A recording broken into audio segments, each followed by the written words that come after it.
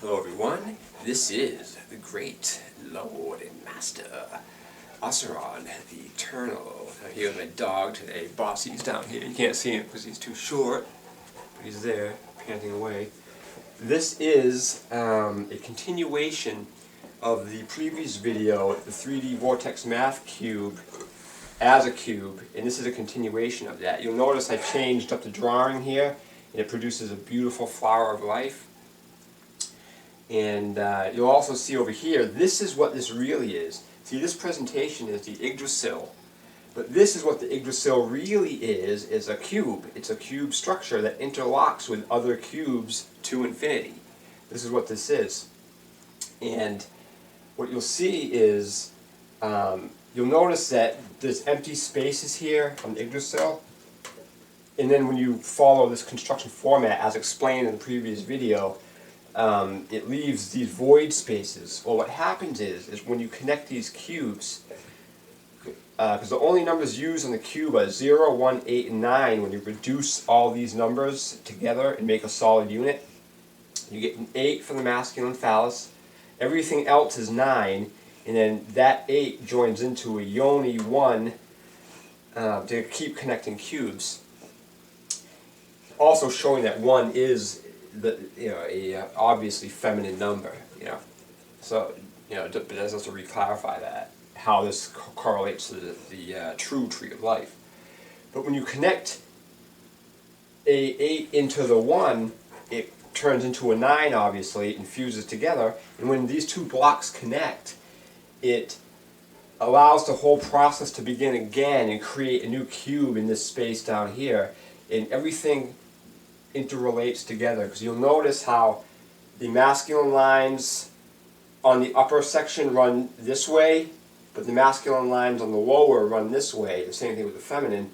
Well, they interlock with each other. So when you stack another cube on top of this, you'll get the double set here that's going downward. And the same thing when you keep doing that, it leaves space for itself to join other blocks. Same thing with the 1 and 8 in either direction. It's male and female joining together. And what happens when you do that is the space that was empty is now filled by a new 1 position going downward. So it fills in the void space that was created by this. So it all works together seamlessly. It's glorious. Now, one of the things that was killing me for days trying to figure this out was how the Kundalini relationship, these green lines, or the 369 grid, interacts with this cube structure. Because if just briefly recalling, the cube structure is only created from these numbers here, everything that's not 3, 6, and 9 on the Vortex math wheel. And the 369 grid connects with itself and the cube interacting, but the problem I was having was I was trying to make two cube grids work together. And then finally I realized, after changing this drawing a few times, that it's not a cube grid that interacts with the cube grid. It's an octahedron network that interacts with the cube grid. And that's how this works. And this is the shape of the pyramid. Well, this is what happens inside each cube. The 8 and the 1s are the Boaz and Yakin pillars on the structure here. And those are also where the 3 and the 6s reside. And those are the interactive conduits with the 0 through 9 centers of the cube.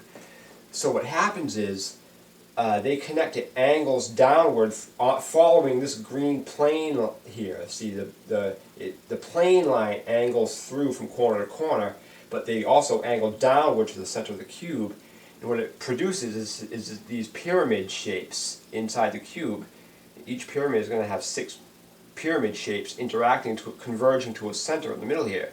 You see a little pyramid here. And that's how the Kundalini grid is formed. It's an octahedron network interacting with the cube. So we see the 6 of the cube interacting with the 8 of the Kundalini network. Much like the Yggdrasil gives a 2-dimensional presentation of 6. But when you put it in 3D, it turns into 8. Well, it's doing the same exact thing with the cube network and the octahedron network of the 369 grid interacting together. This is basically, when I said in Proof of God 4 that you couldn't take the cube network and build it statically, well, this is what that is. So I basically did here what I said I couldn't do then. You just got to turn it into cubes. You turn 0 through 9 into cubes. There's one thing you have to recall, and there's one thing you have to understand about this. This is only revealed using the single-digit code of 0 through 9. Nothing else. This isn't advanced math. To be honest with you, I'm not even good at math. I mean, I was never schooled properly in a solid foundation of math to really be able to understand what goes on, at college level math or even advanced high school math. I could learn it, of course, but this isn't that. So my math skills, I'm not a math wizard. This is just pattern. Nature is about patterns, not fancy math. This is simple. This is 0 through 9, and what it reveals is a cube grid network that interacts with an invisible network of Kundalini, and it works in an octahedron pyramidal network. You'll notice that this looks an awful lot like the pyramids of Giza. Well, it's, anything outside of mainstream academia, anyone who looks into that knows that those pyramid structures were not tombs at all. I mean, and the evidence is blatantly overwhelming. But, it's been suggested that it's been a machine of some type, and it's very probable that it's a machine that harnesses the powers of Kundalini, or at least mirrors the shape of the Kundalini network in physical 3D form somehow. Okay? So that's really basically it with that. So all of this has to be the coup de grace to this series, because I just revealed how the single-digit code builds a 3D network of cube interlocking modules that connect to each other to infinity. It never has to end. It may end somewhere, but it doesn't have to. These building blocks are designed to work and integrate and grow and keep growing forever. And this is what we live in. This is the holofractal matrix I talk about, as revealed by the single-digit code of 0 through 9. That's all it is. It's as simple as it could ever be, 0 through 9. So, there's just a couple other little things I want to get to, just little things. You'll notice that the 369 sequence, depending on how you write it up, if you write it out as in its natural form, 3, 6, and 9, it becomes 3, 3, 3. If you put the masculine first, 2, 6, 3, 9, it produces 6, 6, 6. If you separate it in the vortex math separation, it goes 3, 9, 6, and it cancels out to 9, 9, 9. And then, one other quick thing, you'll notice that when you take out the 3, the 6, and the 9 out of the numbers, what's left are the numbers 1, 2, 4, 5, 7, and 8 in that order. Well, if you notice, like from my video I just made, the Kundalini grid using the two-dimensional number grid, which is just basically a more refined version of my Proof of God 3 video, basically. You'll notice that these two numbers are both masculine, and then it's followed by two more feminine numbers. Well, if you apply the same principle I used making the dash matrix on that video, and you join and reduce any connecting number that's the same polarity, this 2 and 4 reduces to 6, and then this 5 and 7 reduces to 3.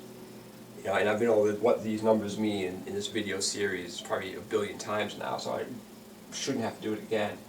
But this is it. This is the 3D Vortex Math Cube as interlocking modules and the Octahedron Kundalini grid.